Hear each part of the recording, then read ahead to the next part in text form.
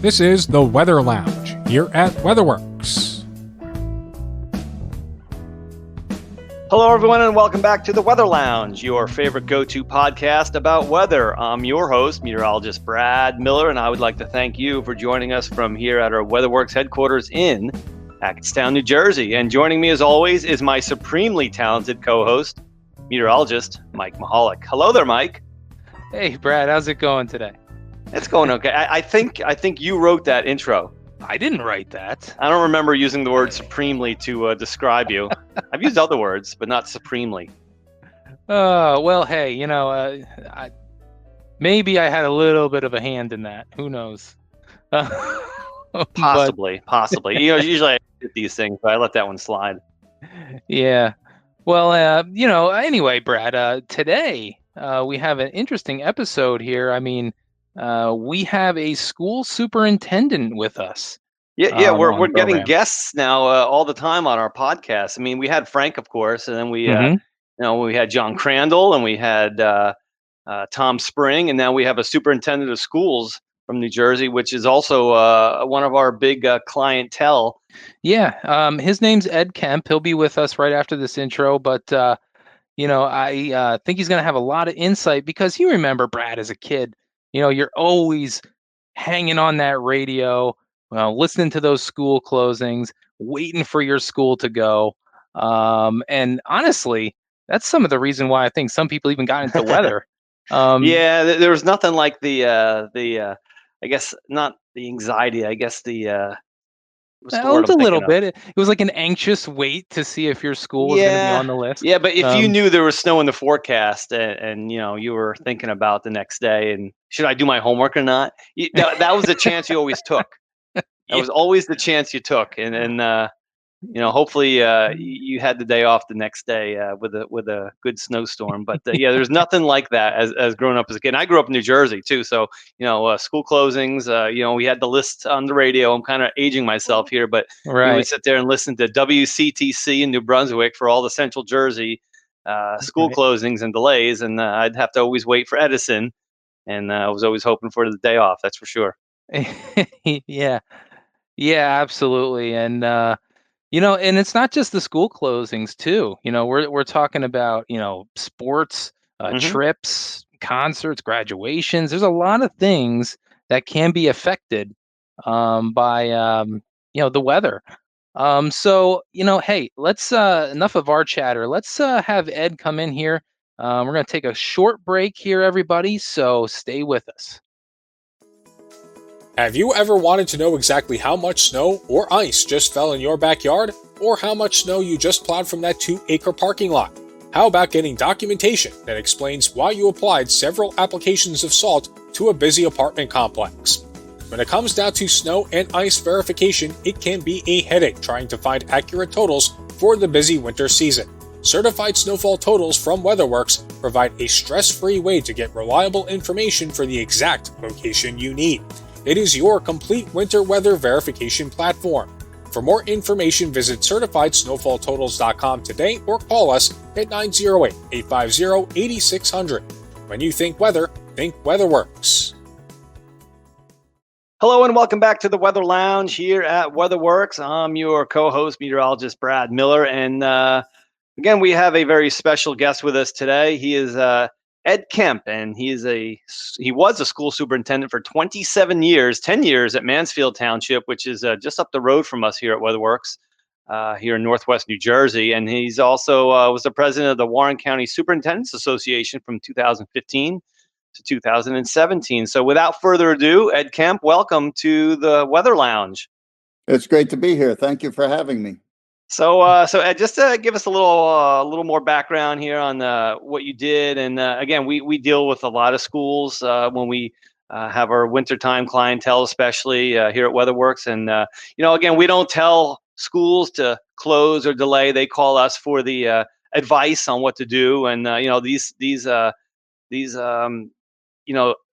different kinds of decisions are made very early in the morning, and crucial decisions at that. So, again, this gives a little more background and talk about, what kind of goes into where WeatherWorks gets involved and how you came to be, the superintendent where you were for so many years.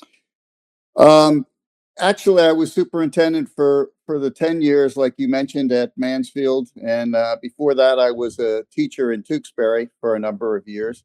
And once things changed over there, I felt it was time for me to move on, and I was fortunate enough to put out a resume to Mansfield and get hired as their principal, where I spent 3 years in that position, and then transferred up to the superintendent's position, where then I was really responsible for weather decisions.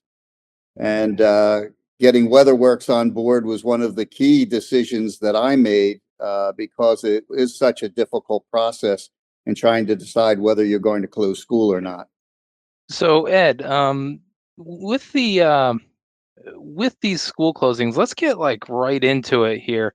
I mean, obviously the weather really plays into what you're going to do with the school. So like let's go through that. Like how does the process work here? I mean, from the start. When we first have a threat in the forecast, what are you guys thinking about? How's it go from there? As soon as snow is in the forecast, the process does begin. It'll be text back and forth between the superintendents. We were in a unique situation where I worked because we had 5 elementary schools, each with their own superintendent. And then, of course, the Warren Hills Middle School and the Warren Hills High School. So we were the Warren Hills cluster. So you had 6 different superintendents that were going to be involved in the call. We used to try to be on the same page. So as soon as you'd have the forecast come out, text, emails back and forth. It looks like we're going to have some decisions to make. Had staff jumping in. They catch you in the hallways if they wanted a snow day. Start prepping you, saying, "Hey, the forecast looks bad. You might want to be thinking about a snow day." Yeah, everybody's trying to get that insider information before the actual call, huh? Right. You'd be out at the bus and parents coming up to make a pickup of a child say, "What are you thinking about for tomorrow?" Seeing if they could get that. So they're not sitting by waiting for the phone call to come in to find out if you're closing. But it would really start very, very early in the morning with a call to WeatherWorks. I was the go-to guy for our cluster with talking to WeatherWorks. And the reason I went to WeatherWorks originally was there are too many forecasts out there, and everybody would be listening to a different forecast. You have so much different, confusing information coming in to try to make a call, and you never were sure whether it had to do with your specific area, what the timing really was going to be, and so you were kind of blindly making decisions, which could make you look pretty bad. I Right. can No, and I understand that. I mean, and that's kind of the difference that you see there. I mean, maybe if you're looking at, a newscast or something like that, yeah, they're saying snow is going to be arriving in the morning, but maybe they're not giving you those specifics that you're looking for because you have to make that call, at a certain time. I'm sure there's a deadline for when you have to make a call, whether you're going to close or delay, right? Yeah, we used to shoot for 5 o'clock because 5 o'clock a.m. because we had a high school involved, and they put the buses on the road much earlier than the elementary schools did.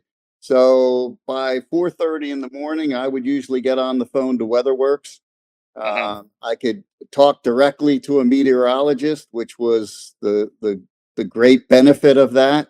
I could find out exactly what it looked like for our specific area. And my main concerns were, can I get the students into school? And more importantly, if I get them into school, can I get them home safely?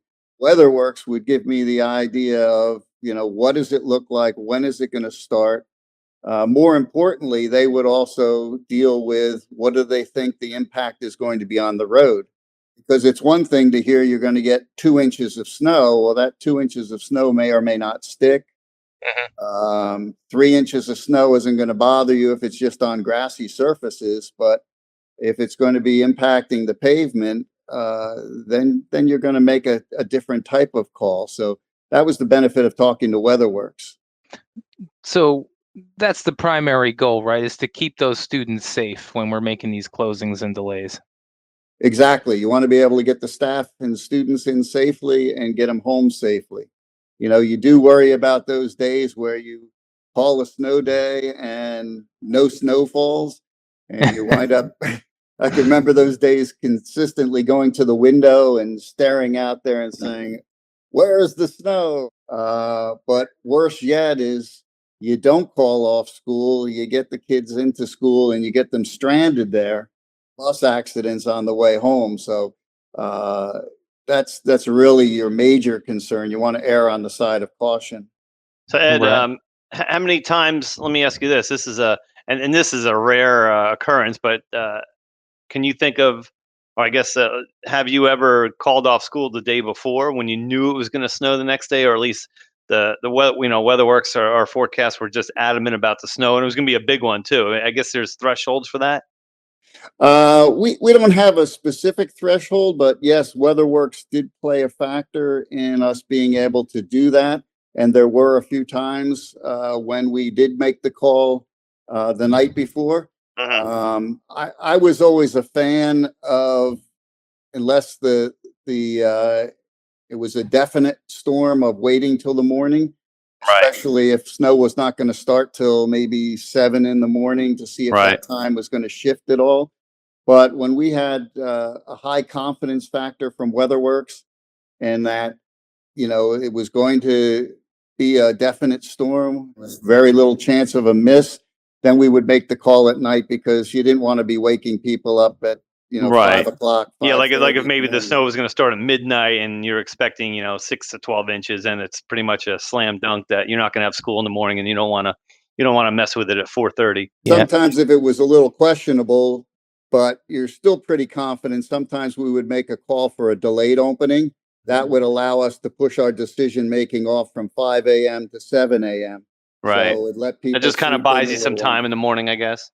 Right, to make sure nothing has changed, and then give the people a chance to sleep in a little bit longer before they got our wake up call.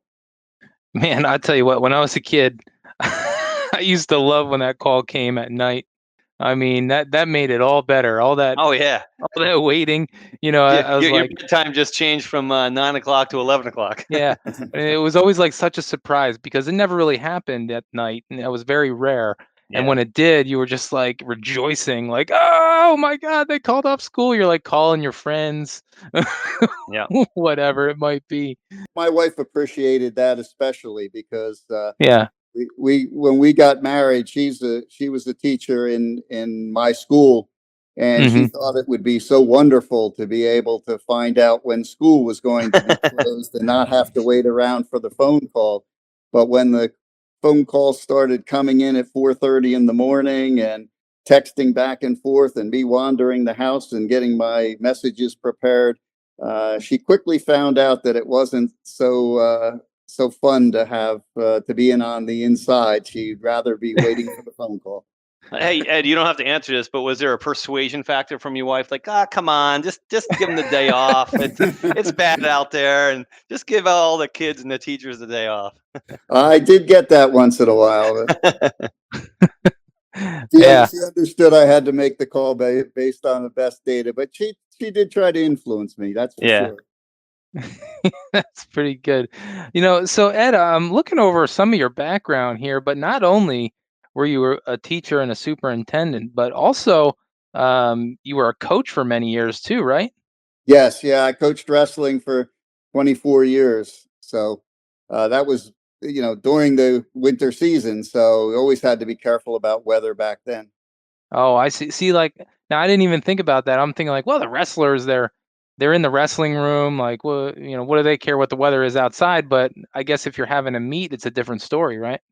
Yeah, I coached I had second graders through eighth graders on my wrestling team, and our matches were Thursday evenings at 7 o'clock. And so often we were going to be out on the roads till 10:30 before we got home. Mm. And we traveled from Tewksbury out to Jefferson and Roxbury. And so we had some traveling that we did. So on occasion or so, I was friends with Frank Lombardo, so we didn't have WeatherWorks back then. So if the weather was iffy, I might impose on my friendship once in a while and give him a call and say, "Can I get out there safely and get back and hold this meet?"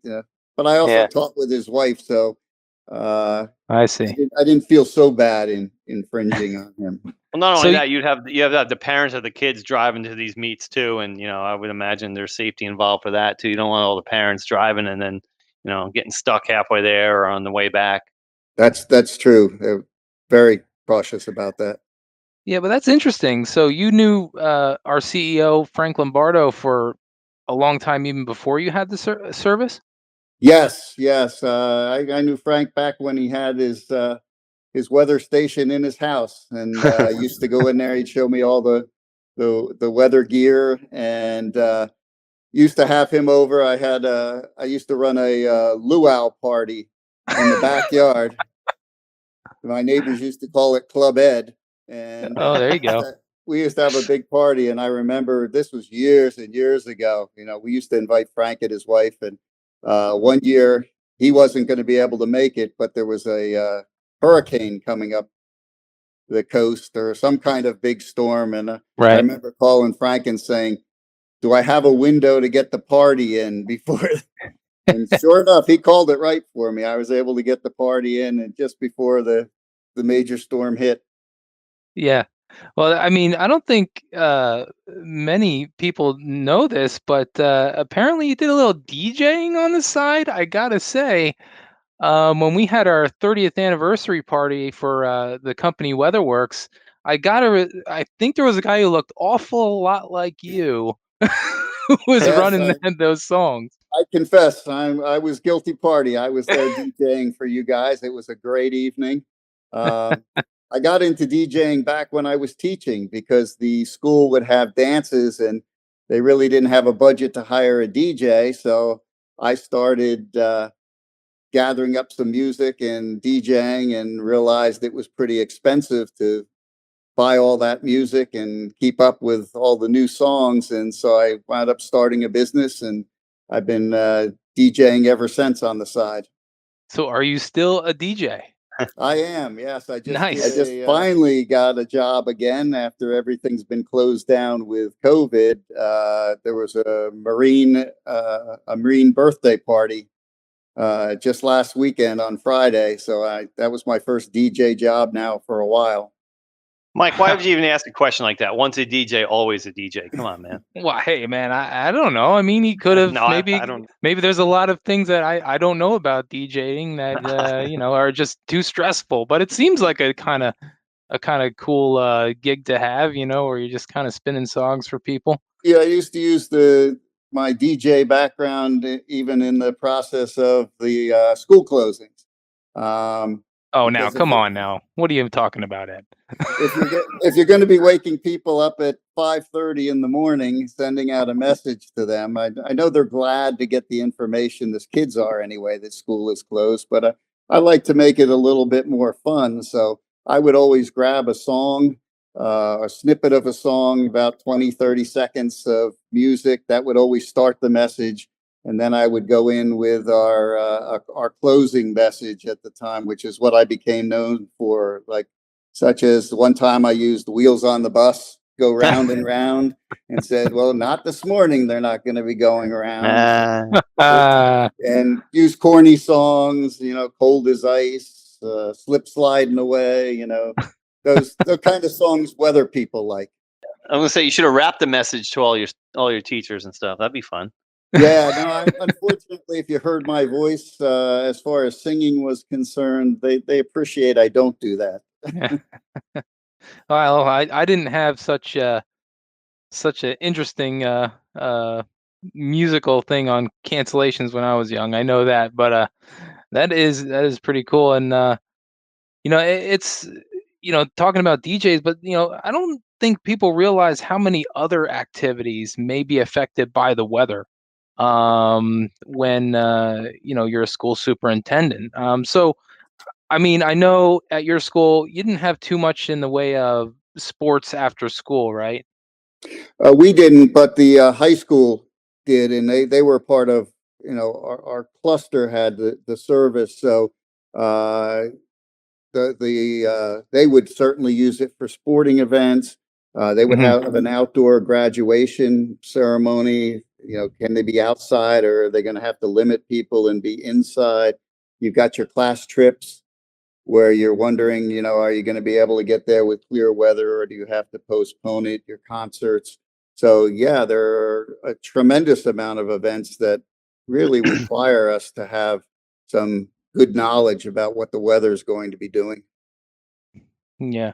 I'm thinking about, just football games and things like that. I'm sure, with those, I mean, usually they play a football game, but I mean, is there anything that would, you know, cause that football game to be canceled?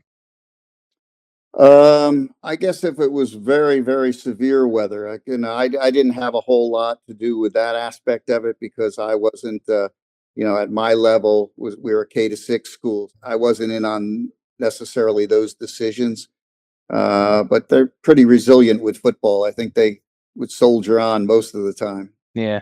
Yeah, I think the only thing that really concerns football is if there's going to be, thunderstorms, lightning, things Right. like that for the fans and for the students who are playing. But I'm sure there were plenty of trips and graduations and things like that that are also affected. Um, Our fifth grade used to go down to Sandy Hook for a whole outdoor uh, experience. And certainly, if it was going to be extremely rainy, they would want to postpone that trip to another time. Our sixth grade used to go to Dorney Park. Certainly wanted to have a nice day for that and had to be aware of what the weather situation was going to be. Ed, take us back to Hurricane Sandy. That's a little bit out of the ordinary. You have the snowstorms, you have the weather delays, and early dismissals. But how was that week? I mean, was your school closed for a long time, or was that more of a state decision? We were closed for quite a while, and that started to talk about preparation for closings. That started days in advance. Knew that storm was coming. Met with the Office of Emergency Management. Was meeting with the fire departments, police departments. All coordinating with the school because we at one point had been a Red Cross shelter. We also were a shelter for our town. So we were a large part of that. Plus, we had the best ability to reach out to the local community through our Honeywell system to be able to broadcast out messages to people. So while power was down in places, if they had cell phones, that I was helping the town to get its message out and send out messages as to when the school would be open so people could come in to charge the devices or to get water and those types of things. So that we were very active during Superstorm Sandy. Yeah, I mean that was definitely a good question. I think that kind of leads into Ed. Obviously Sandy was a incredible storm. Um, do you remember what's like the most craziest uh, weather event that you might have dealt with as a superintendent, and in terms of closing the schools? Do we close? Do we not? Those decisions being made. The worst one that I can remember outside of Superstorm Sandy that really caught us by surprise was that surprise October snowstorm back in 2008. That we really didn't have much of a choice. Nobody saw it coming. I happened to be a first-year superintendent, and I was down in Atlantic City for our school board's convention. Oh, jeez. I had left behind my new principal, who started October 1st and was just starting to learn the school. And all of a sudden, we had this amazing snowstorm that nobody saw coming, and that was one of the worst case scenarios that you worry about because the students were already in school. Now, what do you do? How do you get them home? Mansfield is very hilly, a lot of back roads, a lot of mountainous area. And so we had students stranded in the building because there was no way for buses to get them home. And I'm on the phone in Atlantic City talking to my my principal trying to coordinate things. The high school superintendent had come over because Mansfield were the worst of the roads. So he was kind of in a command post at our school trying to work with my principal to figure things out. And we were looking at the possibility of having to serve dinner, possibly have students have to sleep over in the building. And fortunately, we were able to have parents come and get their students home so nobody had to stay overnight. But that was probably the most hectic situation that we dealt with. Wow. Well, that must have been before you had WeatherWorks for sure. I'm hoping. That was definitely before we had WeatherWorks. Yeah, because I was going to say, usually, here at WeatherWorks, we're pretty on top of even those early season storms. I mean, I remember the one that happened in October of, I think it was 2011. Yeah. Yeah. And I don't know if you remember that one, Ed, but that was a another early snow event where a lot of elevations, through New Jersey and even all the way through New England had several inches of snow. I mean, New England had even 2 feet of snow in some cases from that system. I think down around Hackettstown and around Mansfield, I think there was about 7 or 8 inches, something to that effect. Yeah, having WeatherWorks definitely makes a difference. So I wish I had them back then. Going into the, you had talked about, what are we doing in the morning? And I had mentioned that, contacting WeatherWorks was first thing that we did. And usually each superintendent would internally start to gather information. As I said, I gathered the information from WeatherWorks for everybody, but then I would also have to reach out to my road department supervisor to find out what the road conditions were.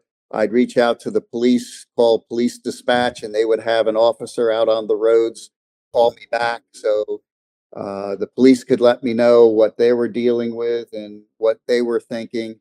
Obviously, talking to your head of buildings and grounds. If the roads are okay, what about the building itself? Are we able to get the parking lots open? Are we able to get the sidewalks safe for the students coming into school? And then once each of us individually knew the situation in our district, then we would all communicate. And as I said, try to be on the same page if we could in making a collective decision about closing. We also had somebody from our cluster who reached out to all the other schools in the county so that not only were we monitoring what we as a cluster felt we should do, we were trying to see what every other district in the county was thinking at the time. You don't want to be out there on your own making a decision. It's best to have some collective idea of what everybody feels is the safest option for the school day. Yeah, I mean that's a good point, Ed. I didn't realize that all of that legwork went into it too. You're just on my end. We're just thinking about the forecast and giving you guys the best start times, end times, and amounts. But I never thought about contacting police, road departments. How are all the roads doing around your district? I mean that's I didn't realize that portion of it.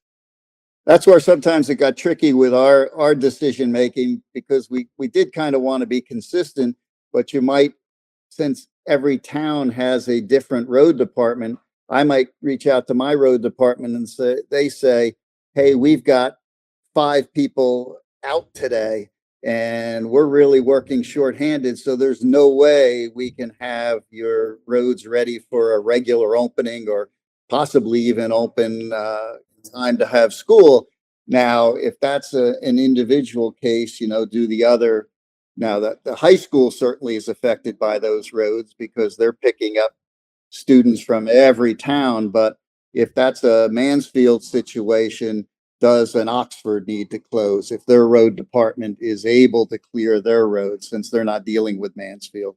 So that got a little tricky, but it seldom did you have that incident. And it's funny that you say how you were talking to other districts and things like that, because I always would remember, even when I was young, that if one district closed, then I knew that I was going to close, because there was one that was Bangor School District, and also Easton School District, near Nazareth School District, and those always came before N.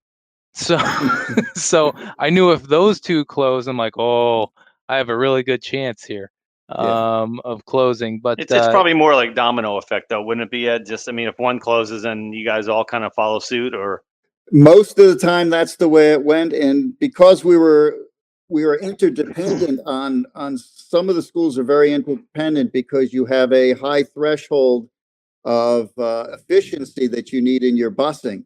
So the state requires you to have efficient busing. So a lot of districts share routes.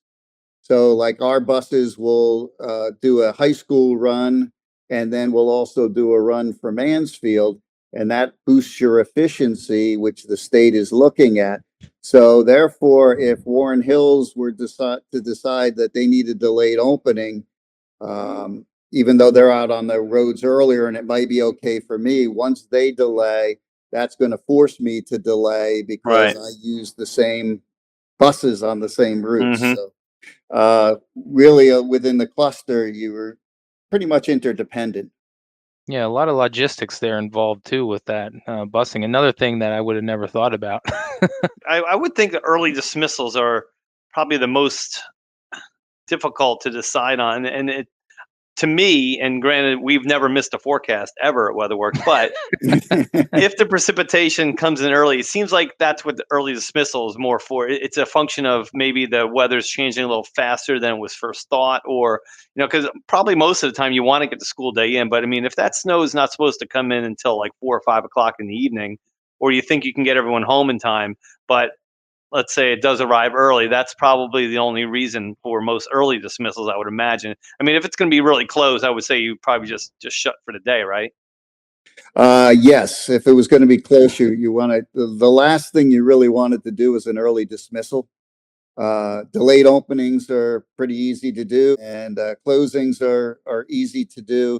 The early dismissal really wreaks havoc on the school. Number one, you're usually trying to make that decision by 10 o'clock, maybe 11 o'clock at the latest in the morning. When you're going to do an early dismissal, at least we always had to cancel lunches because you have to get in a certain amount of time in order for the day to count as a day of school. To have enough academic time, we didn't serve lunches when there was going to be an early dismissal. So it's, reaching out to your cafeteria people and staff and saying, you're not needed today. We really can't serve our lunches. And then, do parents, have somebody home to meet the kids when they're getting this Right. Oh, I never even thought about that. Yeah. Yeah, and again, that's another reason why we try to coordinate throughout the cluster with the high school, because at least if we're all doing the same thing, those high school kids, if they have younger siblings, they're home. If a parent can't be to watch the siblings when they get home. But yeah, that's, you're sending out a message saying we're sending your kids home early, and you're hoping that parents have made the provisions. There's always a couple of students who are brought back to school because nobody was there to get them at the bus stop. And then you have to call and have the parents come pick them up at school. Yeah, that's got to be one of the hardest thing on the parents, I would say, would be those early dismissals. I'm sure there's been some unhappy parents in the past based on decisions, but I would imagine the early dismissal causes the most havoc rather than a closing. Yeah, you will have parents who, even get upset at the late openings because rightfully they have to get to work. And, when there's a delayed opening, they can't drop a student off at school. We have a before care program that would normally run at 7 o'clock in the morning that parents could take advantage of. But when there's bad weather and we have a delayed opening, that program doesn't run. So, a parent is now dropping a student off at 10:25 and versus being able to drop them off at 7 o'clock if they're working with a before care program. So that makes it difficult to report to your job and carry out the responsibilities that they have as well. So, Ed, I know you're retired now from being a superintendent, but with what we've been going over the past year here with COVID and all that, and a lot of virtual learning going on for a lot of school districts, what do you think of those snow days now? Do you think that's something that will be a thing of the past, or do you think we'll still have snow days? I mean, maybe my daughter might want to listen to this too, because she's a little bit concerned too that she won't have a snow day ever.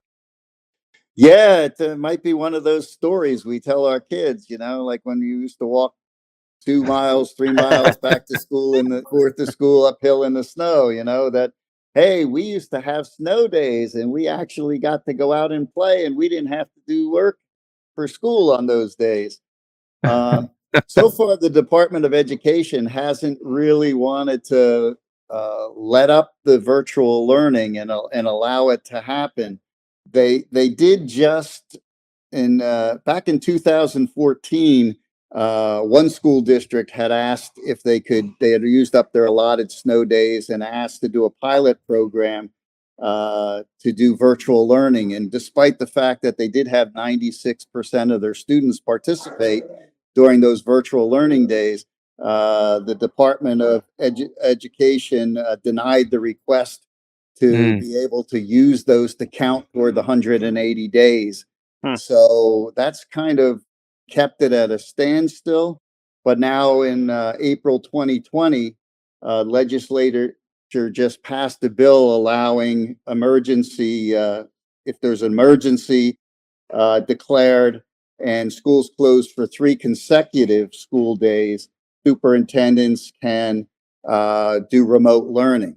But that doesn't still account for the snow day, because most snow days are only going to be 1 day or maybe 2 days. So still there's not, it doesn't say that they can do remote learning. My understanding, I reached out to our superintendent. I'm currently vice president of the school board in Washington Township where I live. And I was asking him about this, will the snow day go away? And he said his understanding right now, since we're in this state of emergency with COVID, is that the Department of Education will let them, as of right now, do a remote learning day on a snow day. Other superintendents say it really hasn't been clearly defined that that's allowable. He feels it is, and it will count toward the 180 days. So his plan right now, while COVID is going on, is to do remote learning on a snow day. But he said, as far as the future is concerned, once COVID is over and we're back to some normalcy, we'll have to wait and see whether the snow day will live on.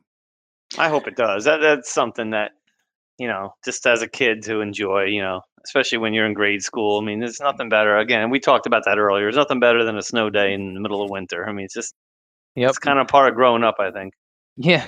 I got to agree. Even as a teacher, I used to, I used to sit by the radio or the phone and wait for that snow day call to come in.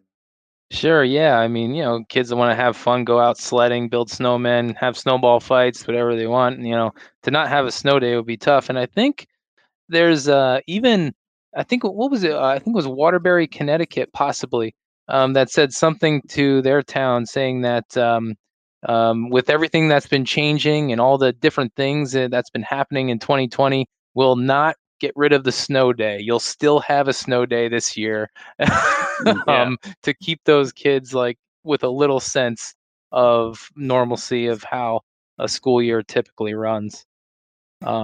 Even if you allow a few of them, because most districts right now build in 3, 4, 5 snow days.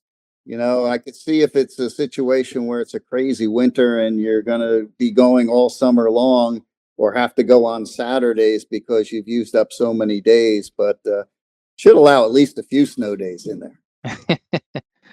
Well, I would have to say, Ed, I think I have just one more question for you, and that would be, has there anything not related to weather that has caused a school closing for you guys? Good one. Yeah, we we had some sewer problems at one point. Schools can wind up with, I guess, burst pipes would be weather related because of pipes freezing and then Sure. bursting. That's caused some closures sometimes. Power outages, again, normally weather related, but could be just something else that closed. And we had one time where we have infrared lighting that purifies the water, UV lights, and they went out one time, so it stopped the flow of water. So no water, can't have school. So Yeah, no, that's understandable. And I remember even early on when I started at WeatherWorks, I got several calls from school districts saying they wanted to know what the temperature was going to be tonight, because when it got really, really cold, then they would have to Have a delayed opening? no, they had to plug in their buses to keep those engine blocks warm, or else the buses wouldn't start. And that can happen with diesel. Usually buses are diesel. And I know that from my snow plowing days when I had my plow truck parked in front of the house, and I couldn't get it started because I didn't have it plugged in and the engine block heater on, because then that diesel fuel gets kind of gelled up in the engine and it won't start. um, so that's another aspect that you don't really think of, what could cause a school delay to happen. Yeah, I was gonna say I know there's other times when they'll even have a delay if it's just too cold. It may not be precipitating or anything. It's just sunny, but if the wind chill is gonna be down around -10 or something, they don't want the kids standing out in the bus stop. So sometimes they'll have a delay like that. I know here in Pennsylvania now they've built in 1, 2, and 3 hour delays where my kid goes in Pocono Mountain, and so they kind of have that option. Well, this is of course before COVID, but where they have they have a couple of hour different options to delay, depending upon whether it's too cold or it's actual just a weather situation. yeah, we have our delay was always a 2 hour delay. And my last year we had a couple of situations where you had that tremendous wind chill factor, and we did have to call a delay on multiple occasions. Well, Ed, I think that about wraps it up here for the podcast. I really appreciate you coming to our show here.